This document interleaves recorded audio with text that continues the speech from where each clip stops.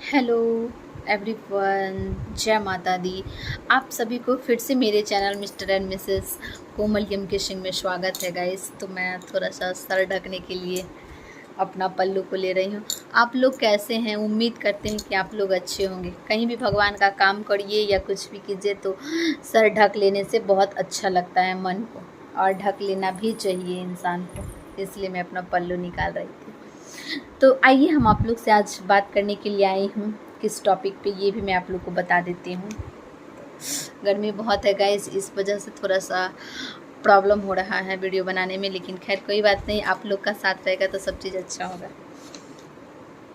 कहा जाता है ना कि सावन मंथ जो है वो भोले बाबा को इतना प्रिय क्यों है। तो चलिए आज मैं इसी पे आप लोग से बात करती हूँ कि ये सावन महीना भोले बाबा को इतना प्रिय ही क्यों है। यही महीना भोले बाबा ने क्यों चूज किया था, और बहुत सारी महीना है जो कि भोले बाबा चूज कर सकते थे, लेकिन सावन महीना ही वो अपने लिए क्यों चूज किए। तो आइए मैं इस टॉपिक पे थोड़ा सा आप लोग के साथ डिस्कस कर लेती हूँ कि ऐसा क्यों है।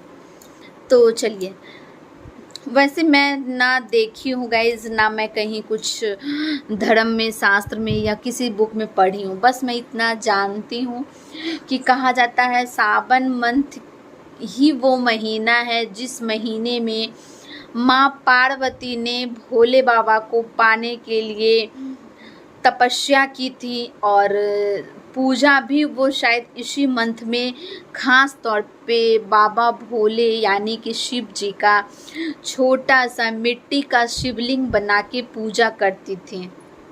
सावन मंथ में ही वो की थी, और इस महीने में इसीलिए ये महीना भोले बाबा को अति प्रिय है, और इस महीने में वो बहुत ज़्यादा खुश रहते हैं।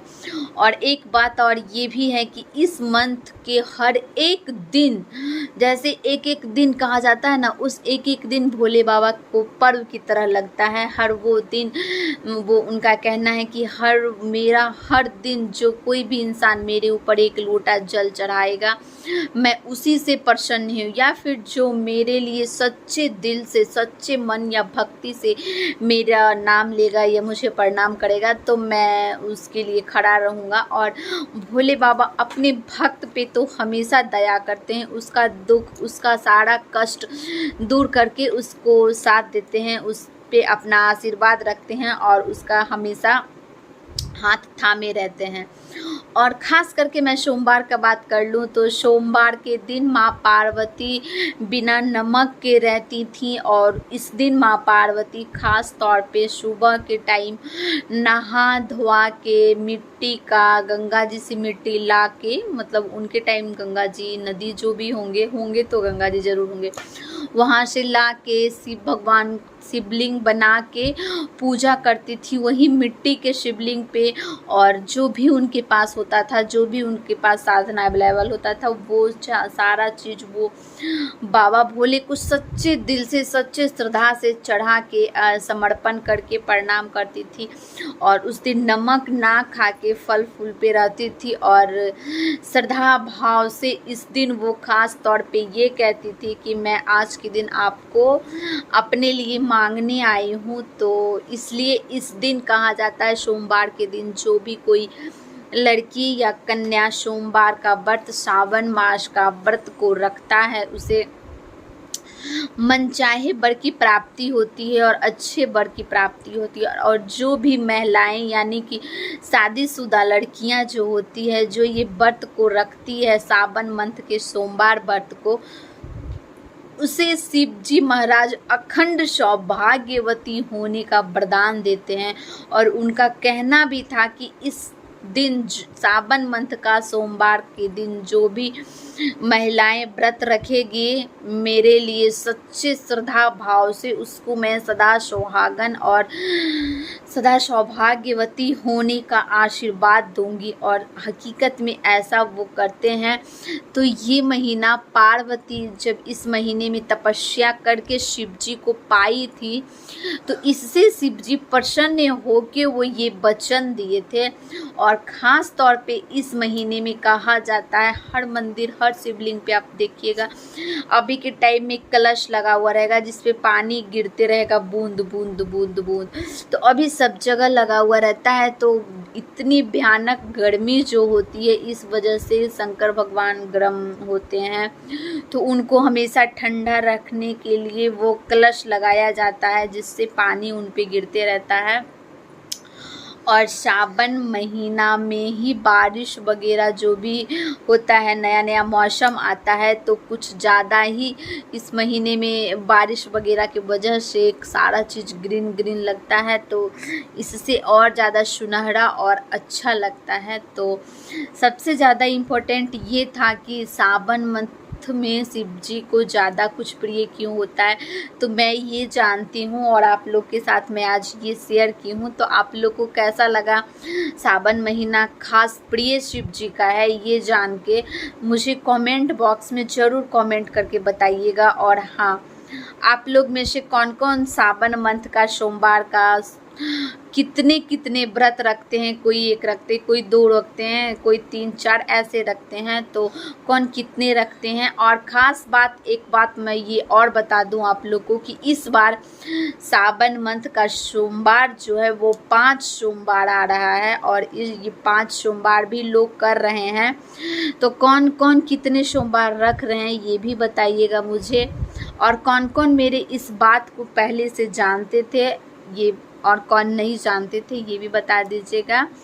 तो कैसा लगा मेरा बात ये जान के, मैं भी खुद बाद में जानी हूँ, मैं कहीं शास्त्र वगैरह में नहीं पढ़ी हूँ इसलिए मैं पुष्टि के साथ तो नहीं कह पा रही हूँ, बट मैं इतना जानती हूँ, जो मैं जानती हूँ वो आप लोग के साथ शेयर की हूँ।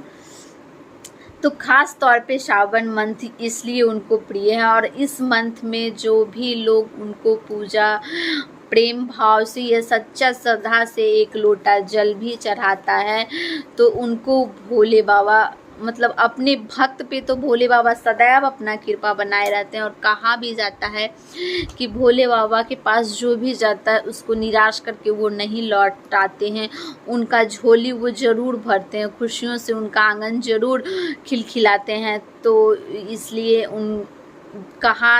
कहा क्या जाता है, सभी लोग जानते हैं कि महादेव ही एक ऐसा देव है जिन्हें ये कहा जाता है कि देवों के देव महादेव हैं, जिनको आप सिर्फ और सिर्फ श्रद्धा प्रेम भाव से अपना सकते हैं। बशर्ते और कोई चीज़ नहीं है जो उनको किसी के प्रति खींच सकता है। वो प्रेम भाव श्रद्धा के बहुत भूखे हैं, उनको प्रेम भाव से जो भी इंसान बुलाता है वो उसके तरफ खींचे चले जाते हैं और उनका सारा कष्ट दुख दूर कर देते हैं। तो आप लोग जान गए ना, बस ये हमको आप लोग को बताना था कि सावन मंथ इसलिए प्रिय है। और इस मंथ में आप लोग भी ज़रूर जो भी कहीं हैं वो शिव भगवान का पूजा कीजिए, सच्चे भक्ति भाव से उनका सप्रेम जो भी आपके पास हो, नहीं कुछ तो कम से कम एक बेलपत्र भी उनको समर्पण कीजिए, ताकि वो खुश होकर आपकी समस्त मनोकामनाएं को पूर्ण करेंगी और आपके घर में खुशियां ही खुशियां भर देंगे। तो मैं तो यही जानती हूँ, नहीं इतना नहीं हो पाया, वो ये नहीं कहते हैं कि मेरे लिए आप बेलपत्र कहीं से लाओ, कहीं से ये लाओ वो लाओ, वो नहीं। उनका एक चीज़ कहना होता है कि आप मंदिर जाओ, मंदिर में जो भी बेलपत्र चढ़ा हुआ है, साइड किया हुआ, जो साइड में रखा हुआ होता है बेलपत्र, गाइज मैं ये जानती हूँ और मैं ऐसे करती ही हूँ, आप लोग को बता दूँ कि मैं ऐसे करती हूँ। तो वो बेलपत्र को आप ले लीजिए, उसको धो लीजिए और उसको आप फिर से उसमें अक्षत चंदन जो भी लगाते हैं लगा के भगवान शंकर को समर्पण कर दीजिए। वो बेलपत्र आपके नाम से वो खुशी खुशी ले लेंगे।